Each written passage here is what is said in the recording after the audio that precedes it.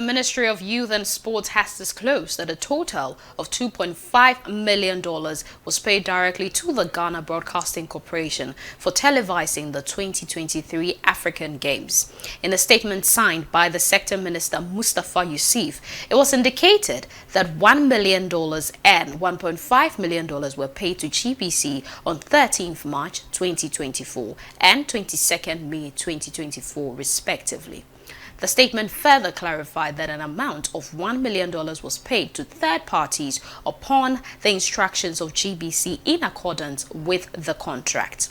Now, appearing before the Public Accounts Committee on Monday, 19th August 2024, Yusuf stated, GBC, and I can confirm that full payment. GBC was the official broadcaster for the 13th African Games, and I can confirm that full payment has been made to GBC. Although he could not specify the total amount, he mentioned, I can't recall the exact amount, but I know it exceeds $3 million. However, the Director General of GBC, Professor Amin Al-Hassan, clarified that the state media house received only $105,000, not $3 million as stated by the sports minister.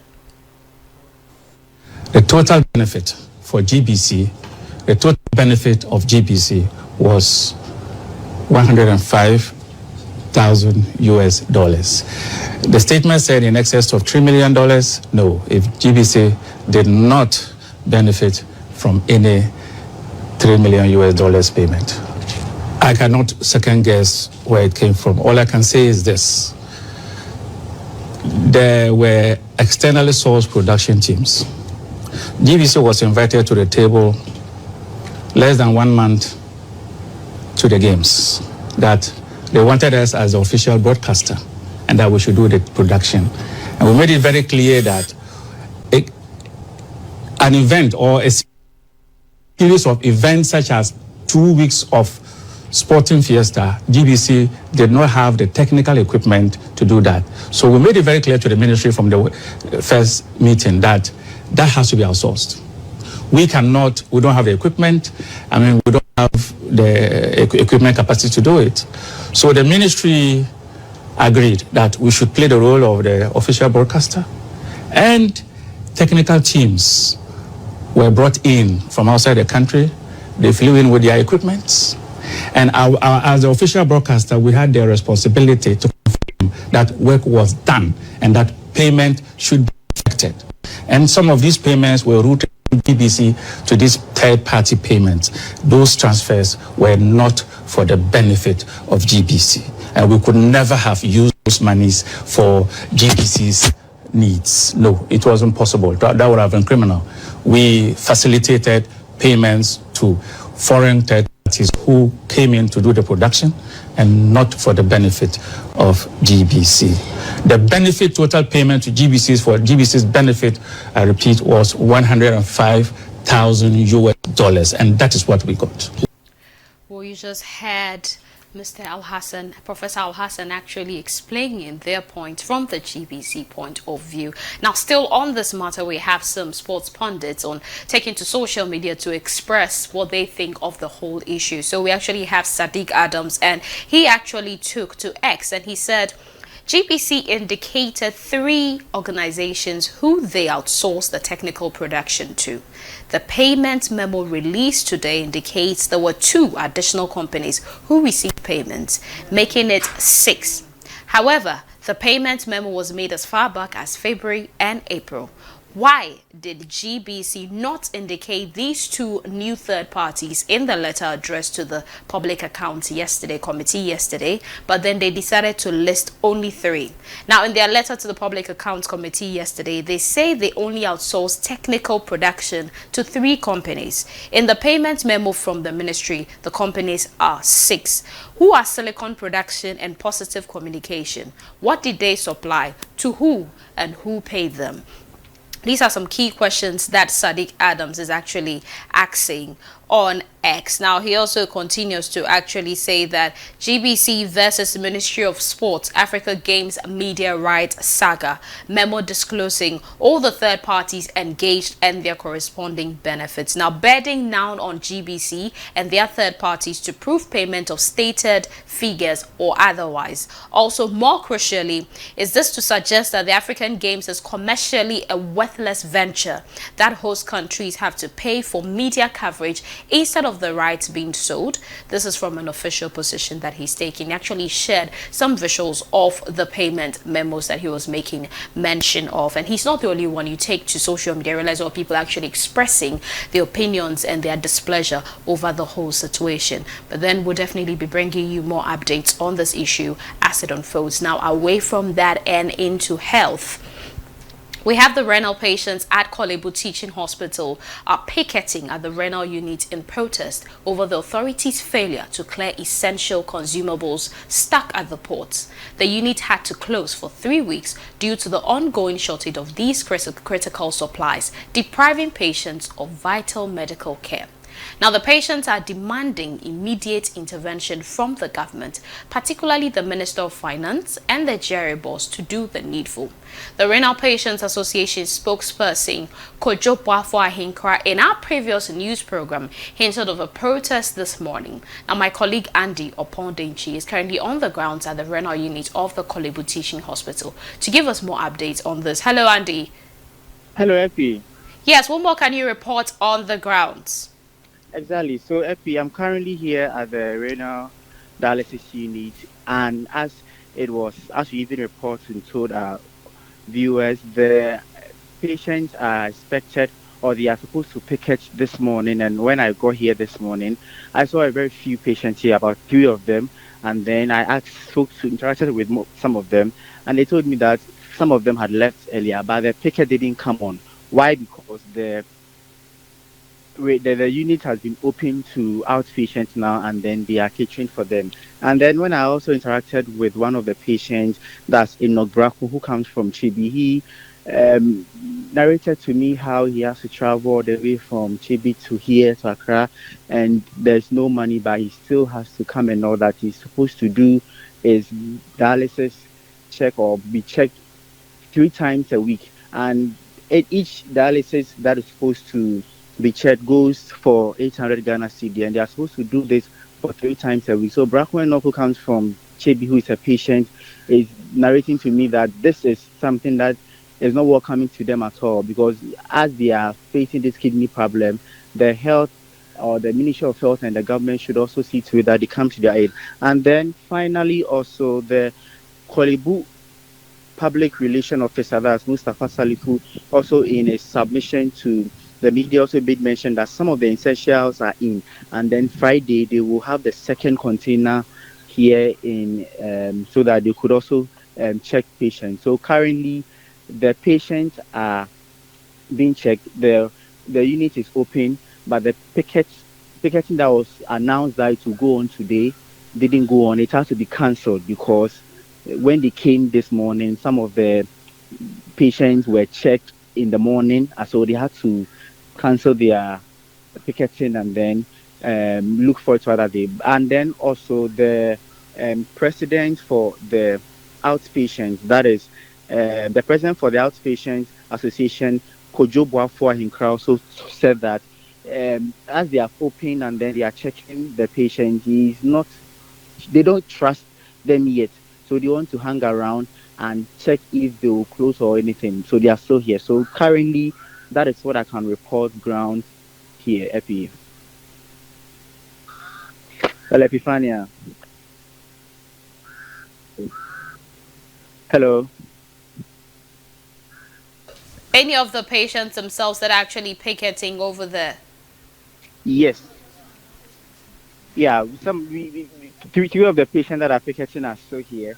And as I said earlier, I interacted with 2 of them. One of them, that's Enoch Brakun, coming from Chibi, narrated to me how he has to do his dialysis checkup for 3 times a week. And as I said earlier, when you check, when you go through the dialysis, per session is 800 Ghana cedi. So you could also imagine they checking or they're going through their dialysis checkup for 3 times a week, and then every week they have to go through the checkup. So the few of the patients are currently here, and you could see them seated in front of the unit outside, really worrying as to how this issue could be solved and a whole lot more. So that is what I can report currently about the patients who are here.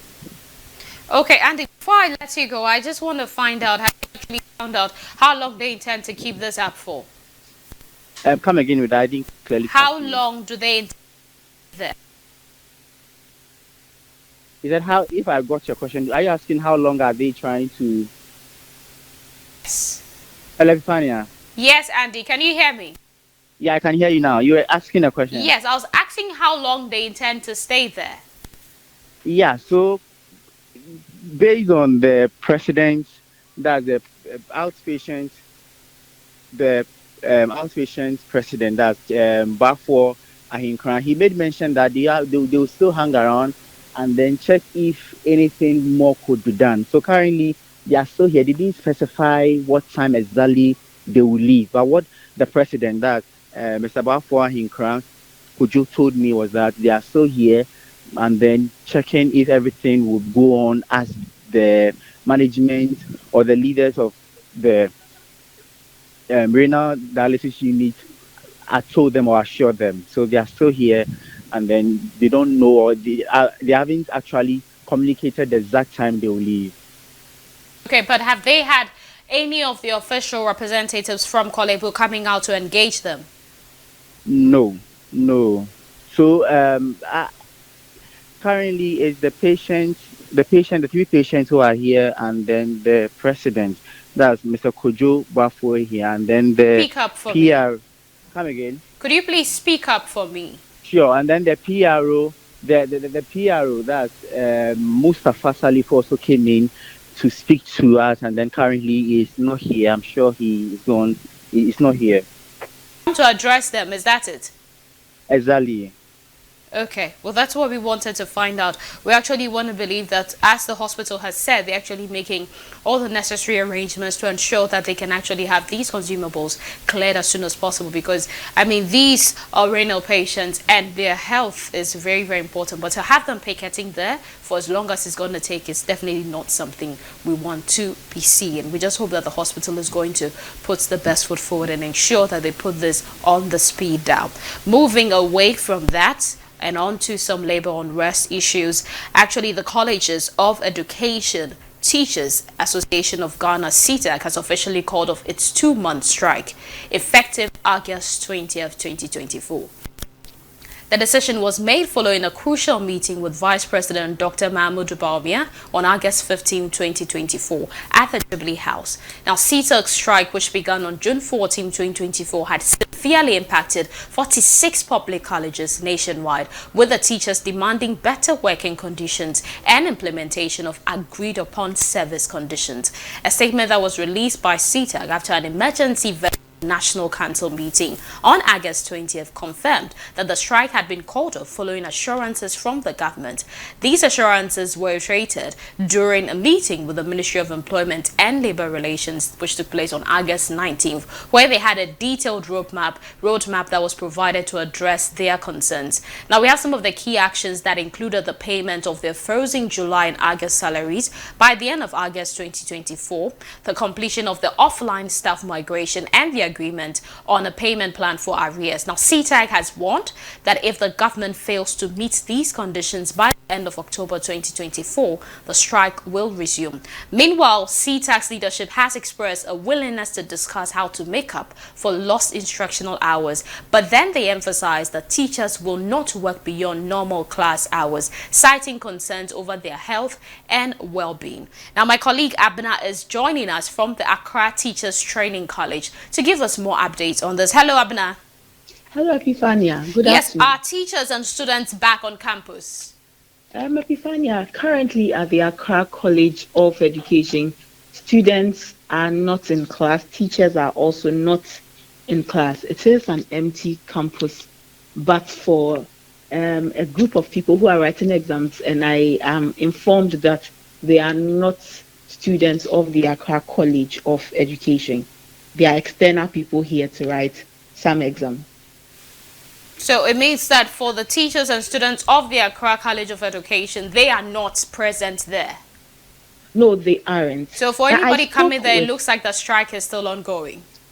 Right. For anybody who walks in here, they would think that strike is ongoing because normal school sessions are not in session. But if you speak to students who are around, it would give you some information about what is happening. So I spoke with some students. They say that they have seen the communique that the strike action has been called off by CTAG. However, they haven't been told when lectures are resuming.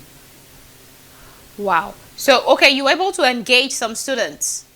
Yes, I was. Okay, now I just want to find out, were you able to get from them their reaction regarding how long it's taking, the lapse in teaching and how this is actually taking a toll on them?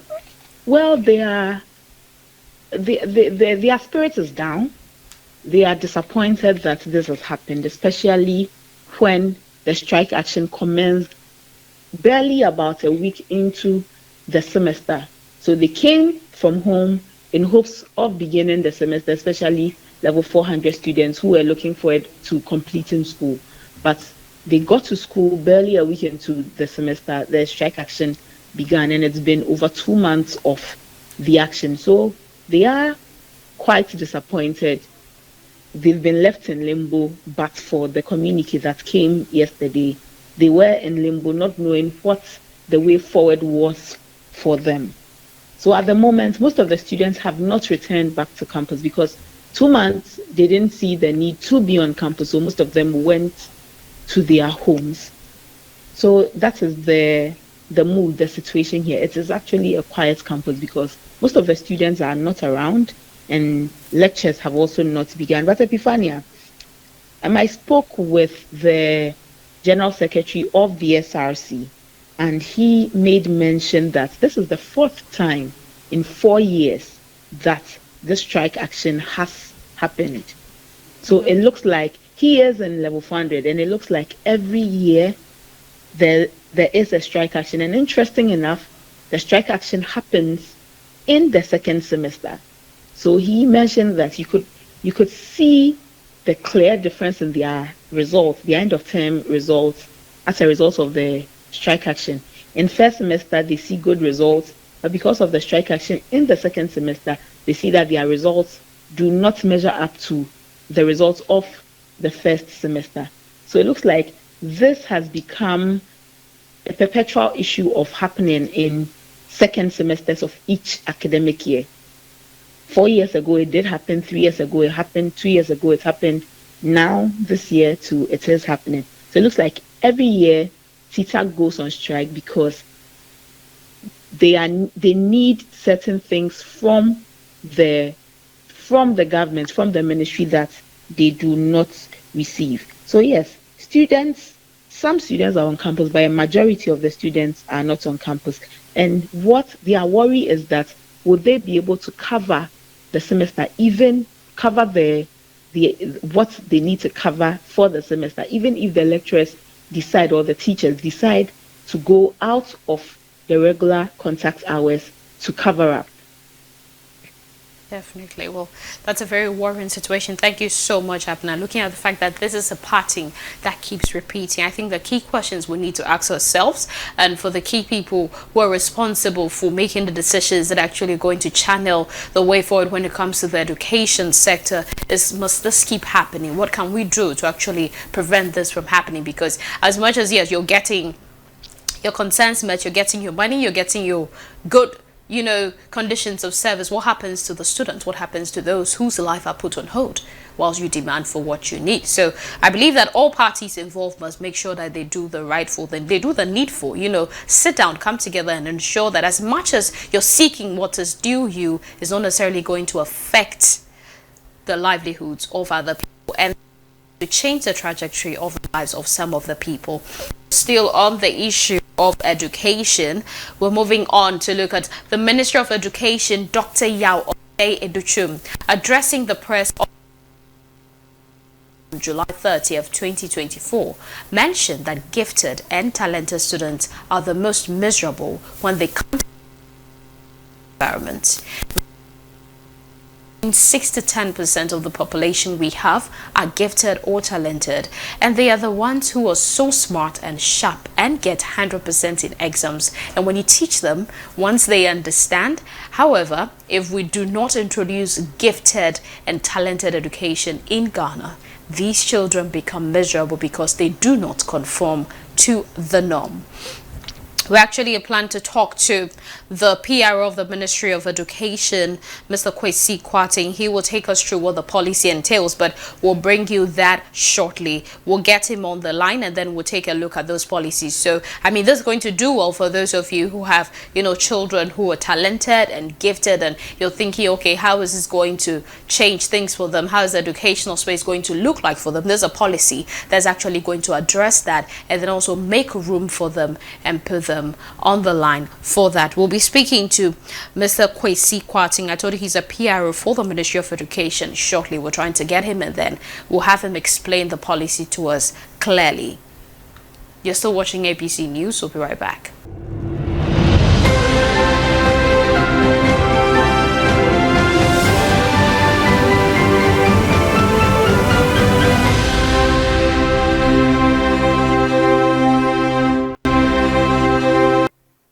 Thank you for staying with us. Moving on away from education to election, we have the Electoral Commission the EC has actually commenced the nationwide voters exhibition exercise. Now, this actually started yesterday, and this is for eligible voters to go and check the status of their details being captured ahead of the December 7th polls. Now, this exercise is expected to end on the 27th of August. Yesterday, we actually looked at the first day of it, and today happens to be the second day. My colleague Lisa Elizabeth Mensah is actually on field. Let's take a look at what's happening where she is. Hello, Lisa.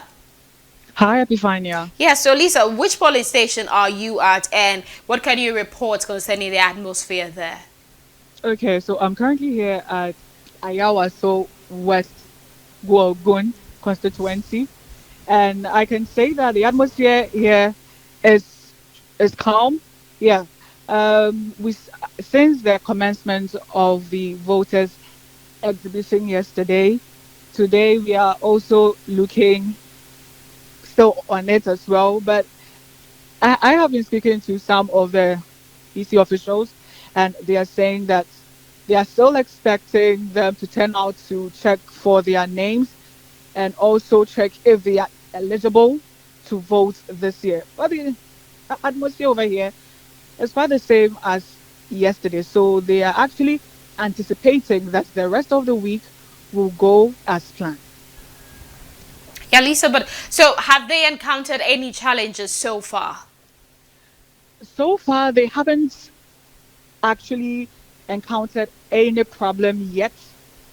Yeah, so we will be just bringing you more stories on this. Definitely. Now, I want to find out, have you seen any officials from the various political parties on ground? Currently, no, I haven't seen none from both parties. I haven't seen none over here. It's just the EC voters, exhibitors, here. But I haven't really seen any party officials here at the polling station. Okay, now, for those who have already come to check their names in the register, have they all, for those that you've been able to engage, have they all seen that the details are correctly captured in the register? Have you encountered anybody who's actually had problems with the wrong details being captured in the register? No, so far I haven't actually encountered, or they haven't actually encountered that yet. Anyone that comes to check their name, everything is on point. Their names, their dates, and everything is on point. So far everything is going on well. But it's just the ambience over here. It's a little bit dull, and they are still anticipating that by the end of the week everything will go as planned. Okay, thank you so much, Lisa. Lisa is actually reporting from the Ayawaso West Bogon. She's actually telling us that everything there is going calmly and smoothly so far. None of the people who've come to actually check their details that have been captured in the register have had any complaints. It means everything in the register so far has been correctly done. Also, the officials have not encountered any challenges, so things are definitely going smoothly. She's actually not spotted any of the officials from either of the political parties here at the location where she is at. Well, we're moving away and into a bit of politics. The flag bearer of the New Patriotic Party, Dr. Mahmoud Bawumia, will host a media engagement on Sunday, August 25th, 2024 in Accra. Now, this is coming a week after the NPP launched its manifesto. This is to enable the presidential aspirant to engage with the media and give the public an understanding of his vision ahead of the December 7th presidential election, and also use the platform as a proper context for conversation on the NPP manifesto. A statement dated August 20th, 2024, issued by Dennis Miracles Abuaji, Director of Communications for the campaign team, announced details for the media engagement. So you can see on your screen some actually footages from when he was on his regional campaign tour. I mean, the launch was just done this past Sunday for their manifesto. So there's actually an opportunity for him to break things down and then also converse with the people and explain to them what the manifesto is really about. Details will definitely be brought to you, update you on that story. Still on the issues of election, the National Peace Council has urged the National Democratic Congress to rethink its decision not to sign the 2024 Peace Pact. According to the Council, political parties must eliminate any animosity and suspicions that could adversely affect the conduct of the polls. The Council further asked the NDC to let bygones be bygones. Speaking on behalf of the Peace Council, Maulvi Mohammed bin Sali said the Council cannot succeed without the input of political parties. He added that the Council will be encouraged to do its best by ensuring peace prevails before, during and after the elections. He made these submissions in a meeting with the NDC on Tuesday, August 20th, 2024. This appeal follows the NDC's declaration that it will not sign any peace pact ahead of the elections, arguing that the issues that cause chaos must first be addressed. The party has therefore presented 6 conditions under which it will sign the peace pacts. Now, it wants the Peace Council to ensure the conditions are met before it would consider signing the peace pact. You're still watching ABC News. This is the Midday News. Well, let's head straight into the world of business.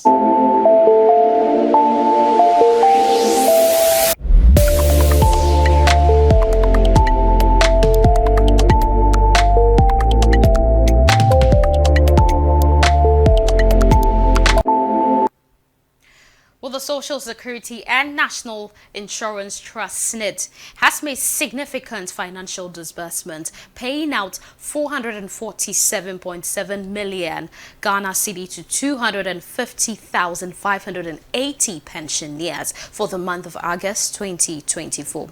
Now, this payment made on August 15 includes benefits under both PNDC Law 247 and then also Act 766, with the highest monthly pensions recorded at 186,777.58 Ghana cedi and 26,509.66 Ghana cedi respectively.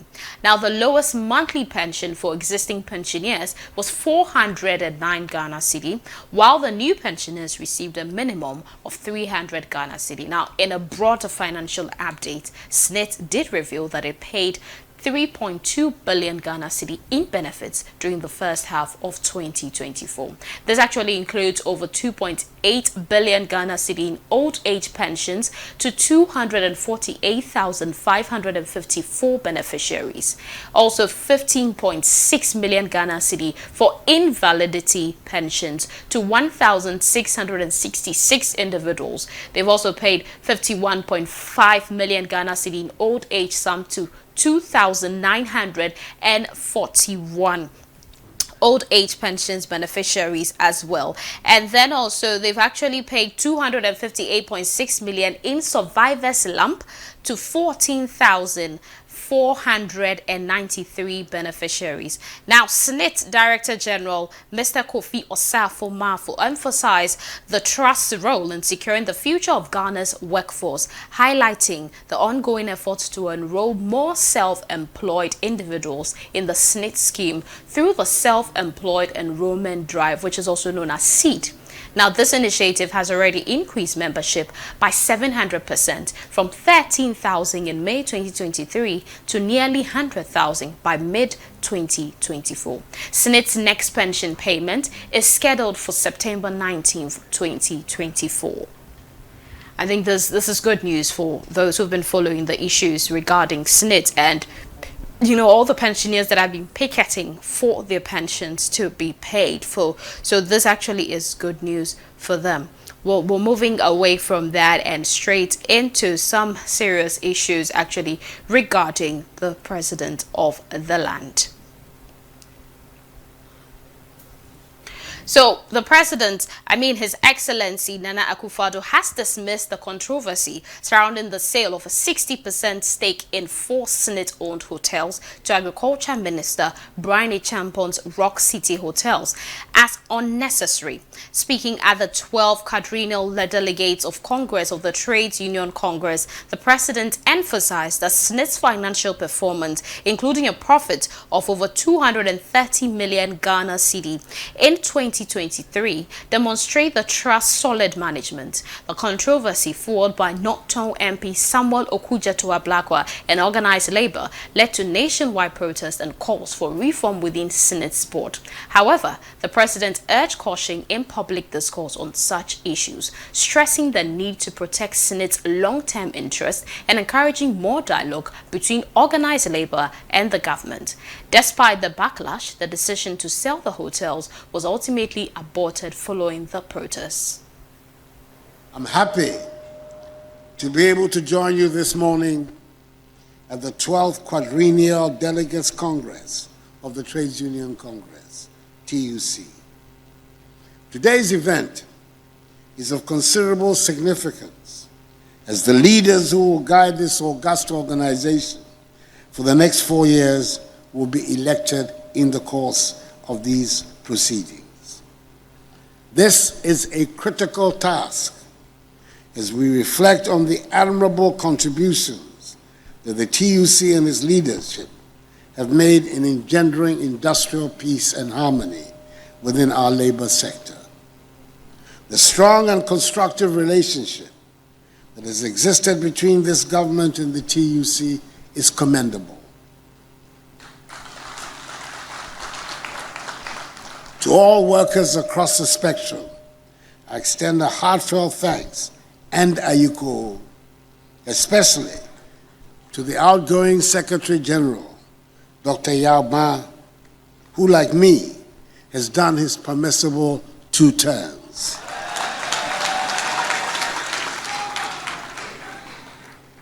He has been the best of partners, critical but constructive. And I count myself lucky that he has been my labor partner during my presidency. Secretary General, thank you for your yeoman's work for the Ghanaian people and nation.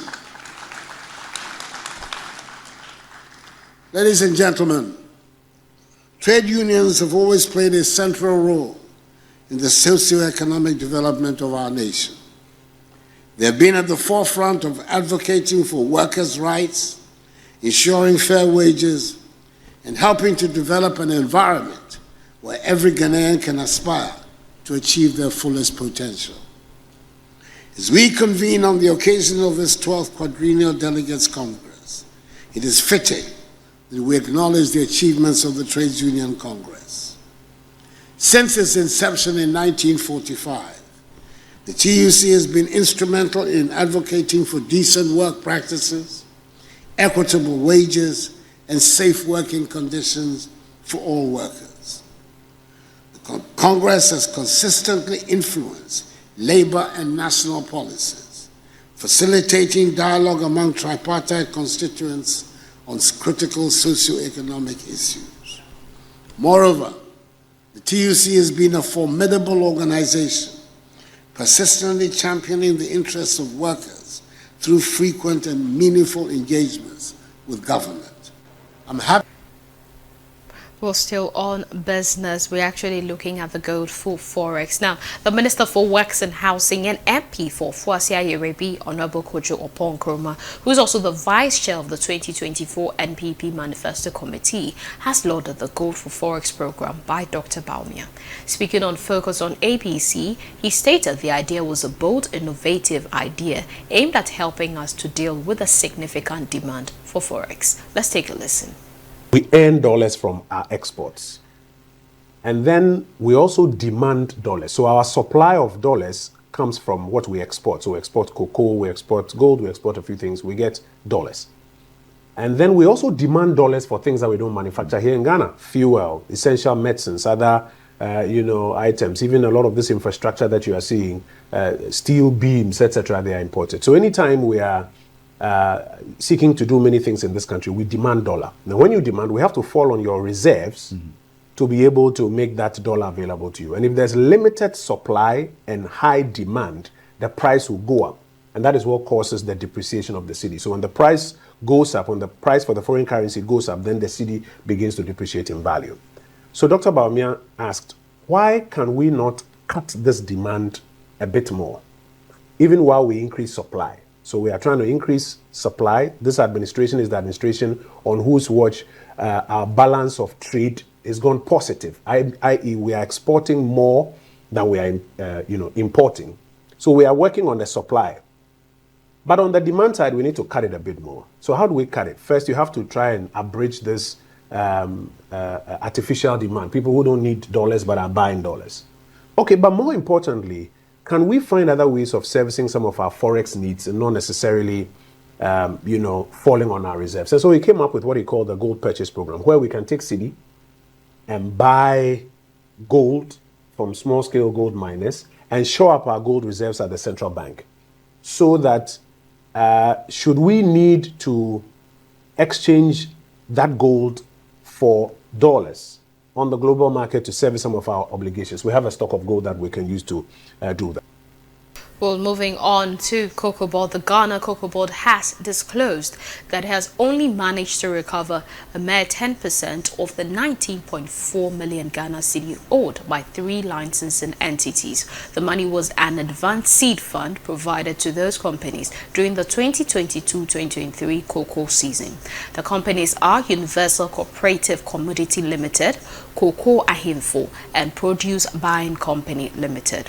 Now, during the Public Accounts Committee hearing on Tuesday, the Deputy Chief Executive of Cocoa Board, in charge of Finance and Administration, Emmanuel Ray Ankara, indicated that out of the amount, about 700,000 Ghana cedi had been recovered. 3 of these LBCs, namely PBC Limited, Universal Cooperative Commodities Limited, and Cocoa Ahimfo, owe an outstanding amount of 19,419,871 cedis, 26 Ghana pesos. Why have you delayed in recovering these funds?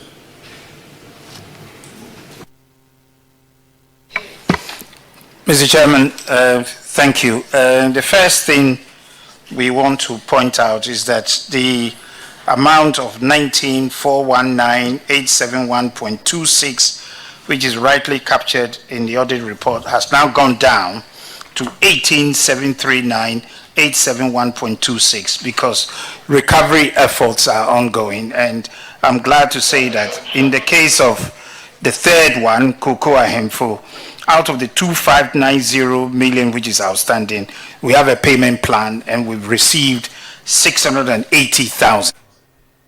Well, on the same issue, meanwhile, the Chief Executive Officer of the Ghana Cocoa Board, Joseph Boahin Addo, has pledged that it will transition to self-financing for the 2024-2025 cocoa crop season, starting in September 2024. And for the past 32 years, Cocoa Board has relied on offshore borrowing to finance cocoa purchases through its cocoa syndication program. However, the organization is shifting its strategy to reduce dependency on external funds. Speaking to the media on Tuesday, August 20th, Cocoa Board CEO Joseph Boahin Addo explained that this new approach is expected to save an estimated $150 million. He also revealed that the board has lowered its target for the season to 650,000 tons from 810,000 tons. Cocoa Board had planned to raise $1.5 billion from the international market for the season.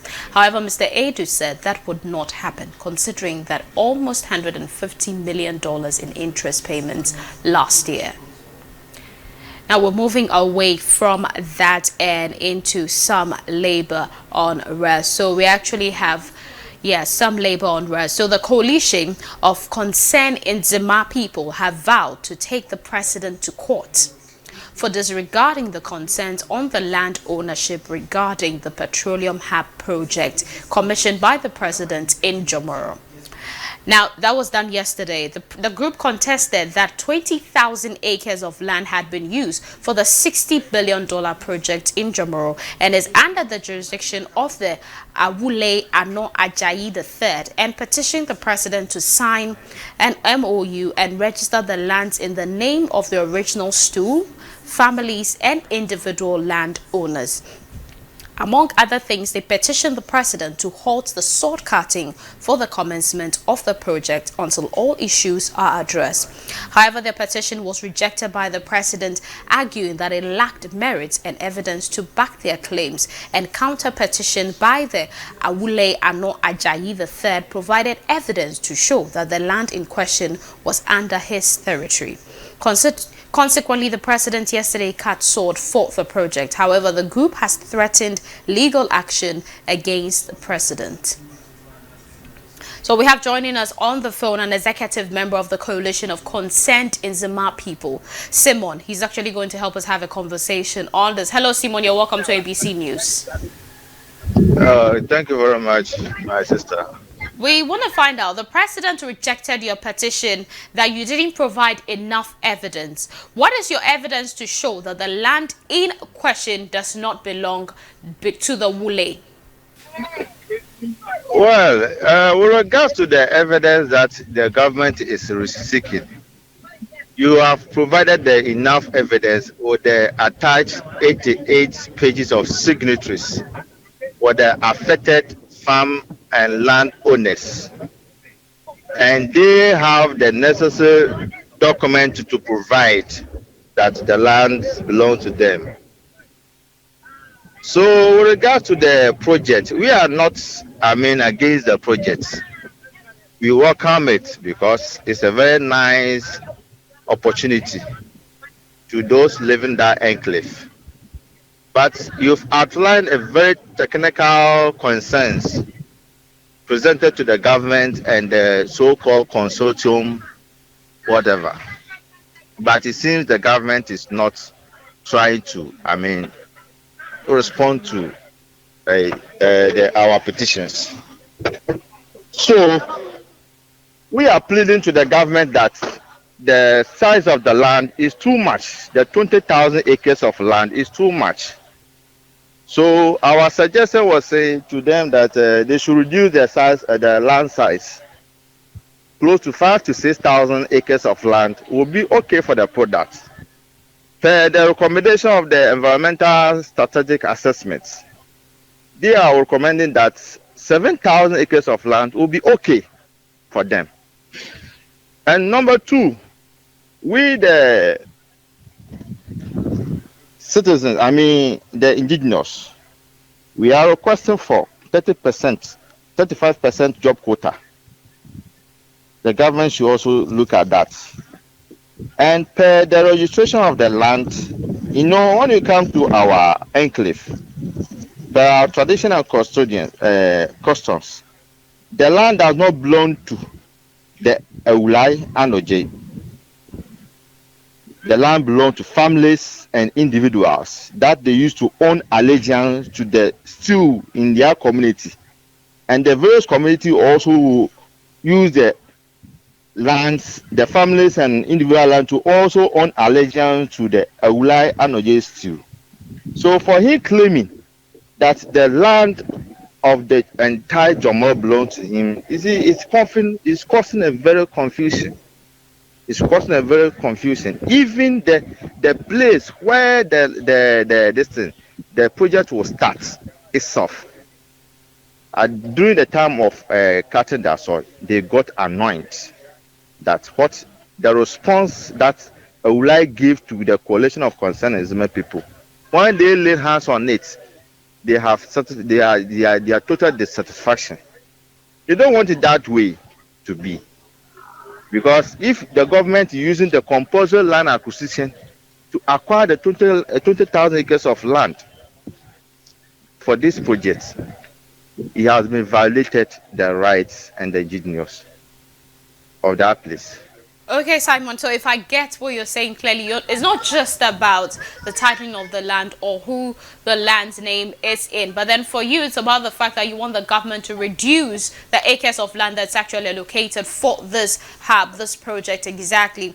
And then also you want the owners, which are the families of the lands, to actually be acknowledged, not just the Ewulai Anoche, who has actually stated that that belongs to him as part of his territory. And you said you want a job allocation based on the project that is actually being conducted over there. Exactly. And even the Jomo Esa does not have any percentage in it. The whole project that has been found. You see, the whole thing is the land acquisition itself now. The people over there are now very scared. They are very scared because your legal action that you've actually indicated that you will take, what other actions, does the group intend to embark on?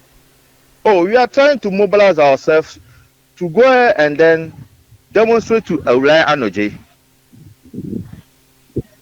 Because per the statement that they made, let me use the local that meaning say they are going to kill us. And already their foes have been threatening our lives. That when they get any one of us, especially the coalition of Nzime people, any one of us, they will cut off his head. You have the audios and have the picture, the person who voices out. And you've made a case to the police and they are doing their investigation in regards to that particular thing. Okay, thank you in fact, so much for what your the government time, is doing, Simon. you are not happy at all. We definitely believe that the You right need to course go of through action the normal will process. be taken regarding this issue. You're still watching the Midday News here on ABC News GH. We're moving straight into the world of sports.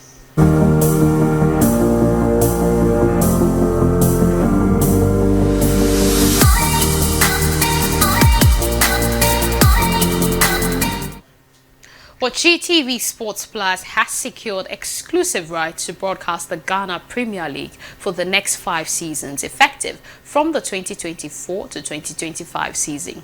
Now, this agreement follows the conclusion of the previous contract with StarTimes, which held the broadcasting rights since 2020. StarTimes' contract, which included the Ghana Premier League and the FA Cup, was not renewed after the 2023-2024 football season. Now, the 2024-2025 Ghana Premier League will commence on Friday, September 6th, 2024.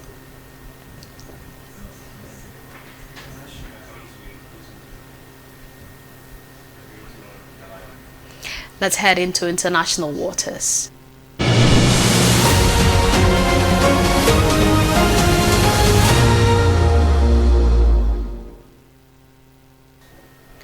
The The Sudanese Health Ministry has declared a cholera epidemic after 22 deaths and at least 354 confirmed cases were reported across the country. The outbreak was attributed to contaminated drinking water and intensified by excessive rainfall in the region. The Sudanese Health Ministry has taken measures to respond to the outbreak, including increasing surveillance and preventive measures at the southern land and airports. Now, the World Health Organization is working with the ministry and partners to implement a vaccination campaign, as most detected cases were not vaccinated.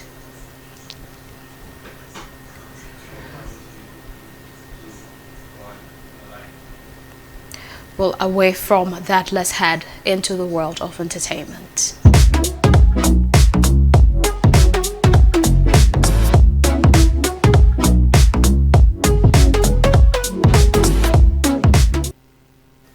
The 14th edition of the Chalewate Street Art Festival has officially begun in Accra. Now, the festival kicked off on August 19, 2024, with a solemn Day of Remembering procession on the streets of Owusu.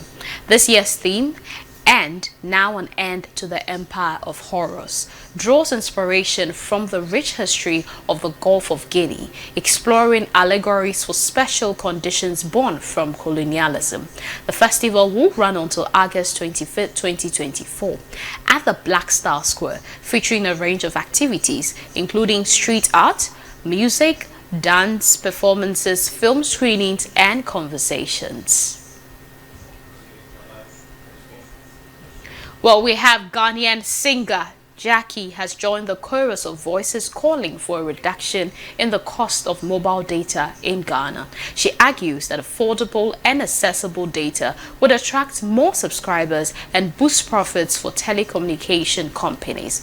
Before Jackie's post, several Ghanaians had called for the dissolution of the NCA board. Many Ghanaians have supported her stance, praising her for speaking out on an issue that affects a significant portion of the population.